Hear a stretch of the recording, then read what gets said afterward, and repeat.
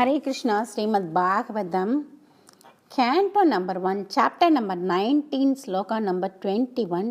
இதனோட தலைப்பு வந்து சுகதேவ கோஸ்வாமியின் வருகை. ஓகே, நம்ம ரீட் பண்ணலாம். சர்வே வயம் தாபத் இகாஸ்மகேதஹ கலேவரம் யாவத் அசௌ விகாயாம் லோகம் பரம் விரஜசகம் விஷோகம் யாஸ்யதீயம் பகவதா பிரதானக. பகவானின் பரலோகம் எல்லா வகையான பௌதிக கலங்கங்களிலிருந்தும் துன்பங்களிலிருந்தும் முற்றிலும் விடுபட்டதாகும். அப்பரலோகத்திற்கு மிகச்சிறந்த பக்தரான பரீட்சித் மகாராஜன் திரும்பி செல்லும் வரை நாம் அனைவரும் இங்கே காத்திருப்போம். இப்போ பகவானுடைய பரலோகங்கிறது என்ன? வைகுண்டம். அந்த கிருஷ்ணலோகத்துக்கு போகிறதுக்கு இவர் வந்து ரெடி ஆகிட்டு இருக்கார். யார்? பக்தரான பரீட்சித் மகாராஜ். அதுவரை அவர் போகிற வரைக்கும் நம்ம வந்து இங்கே வெயிட் பண்ணிகிட்டு இருப்போம் அப்படின்னு சொல்லி முனிவர்கள்லாம் சொல்லிகிட்டு இருக்காங்க.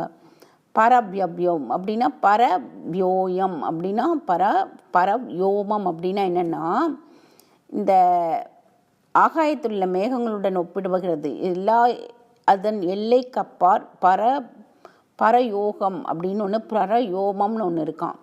அது வந்து ஆகாய வானம், ஆன்மீக வானம் உள்ளது. அதற்குள் வைகுண்டங்கள் எனப்படும் எண்ணற்ற கிரகணங்கள் இருக்கிறது. அத்தகைய வைகுண்ட லோகங்களை ரிஷிலோகம், கேசவலோகம், அனுருத்த லோகம், மாதவலோகம், பிரத்யுப்னலோகம், சங்கர்ஷணலோகம், ஸ்ரீதரலோகம், வாசுதேவலோகம், அயோத்திய லோகம் மற்றும் துவாரகா லோகம் என்ற பெயர்களால் அழைக்கப்படுகிறது. இந்த மாதிரி பரலோகம் எப்படி இருக்குதான், நிறைய வைகுண்டங்கள்னு அழைக்கப்படுது. அந்த வைகுண்டம் எப்படி இருக்குதான், என்னென்ன பேர் வச்சுருக்காங்க தெரியுமா? நிறையா வைகுண்டங்களுக்கு நிறைய பேர் இருக்குது. அது என்னென்னா ரிஷிகேஷ லோகம் அப்படிங்கிறாங்க, கேசவ லோகம்ங்கிறாங்க, அனுருத்த லோகம்ங்கிறாங்க, மாதவ லோகம்ங்கிறாங்க, பிரத்யுப்ன லோகம்ங்கிறாங்க, சங்கர்ஷ்ண லோகம்ங்கிறாங்க, அப்புறம் ஸ்ரீதர லோகம், வாசுதேவ லோகம், அயோத்திய லோகம் அண்ட் துவாரலோகம், இந்த துவாரகா லோகம். இந்த மாதிரி நிறைய வந்து பகவான் இருக்கிற இடத்துக்கு பேர். அந்த இடத்துல வந்து துன்பம் இருக்காது, பௌதிக கலங்கங்கள் எதுவுமே இருக்காது. அதுதான் சொல்கிறாங்க. ஆஸ்ருத்யா தத் ரிஷி கணாவாச பரிஷீத் சமம் மது சயூத் குரு சாவ்யலிகம் ஆபாச தைனான் அபிநந்திய யுக்தான் சுஷ்ருஷாமான சரிதானி விஷ்ணு.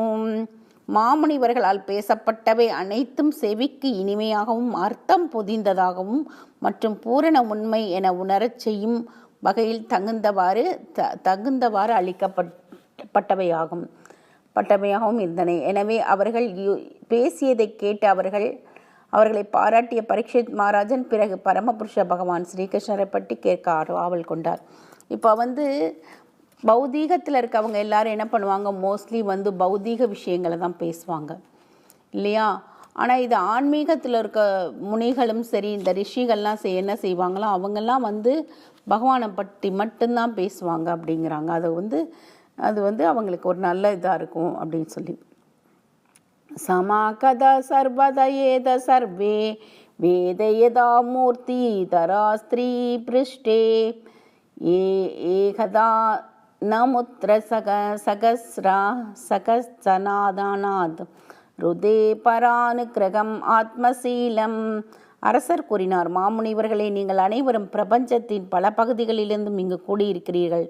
நீங்கள் உலகங்களின் மேலுள்ள கிரகத்தில் வாழும் ஞான சொருபிகளுக்கு இணையானவராக விளங்குகிறேன். பிறருக்கு இயற்கையாகவே நன்மை செய்வதை தவிர உங்களுக்கு இன்மையிலோ மறுமையிலோ வேறு நோக்கம் இல்லை. இப்போ முனிவர்கள்லாம் எப்பயுமே நன்மை தான் செய்வாங்க, கெடுதல் செய்ய மாட்டாங்க. இதே மக்கள் வந்து நம்மளை மாதிரி சாதாரண மக்கள் வந்து மற்றவங்க நல்லா இருந்தால் அவங்களுக்கு பிடிக்காது. அவங்க என்ன பண்ணுவாங்க? கெடுதல் செய்வாங்க, நிறைய கெடுதலான விஷயங்கள் செய்வாங்க. அதான் சொல்கிறாங்க. ததஸ்சா பிருஷ்யம் இமம் விருட்சயே விப்ருச்சே விஸ்ரைப்ய விப்ர இதி கிருதத்தாயம் சர்வாத்மனாம் ரியா மானைஷ கிருதாயாம் சுத்தம் சா தத்ராயம் ருச்ச ருச்சதாபியுக்தகம்.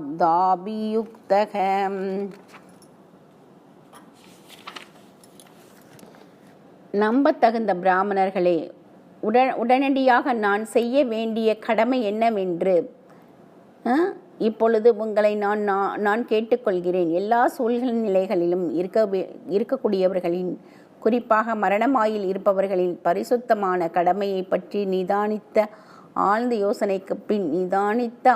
யோசனைக்கு பின் எனக்கு கூறி அருள வேண்டும் அப்படிங்கிறாரு.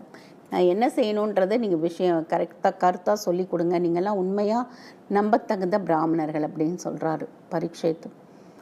தத்ர பவாத் பகவான் வியாசபுத்ரோ யத்ருச்சயா காம் அடமானோ நபேஷக அலக்ஷ்யலிங்கோ நிஜ லாபதுஷ்டோ விரதஷாபாலைர் அவதூதவேஷக. அச்சமயம்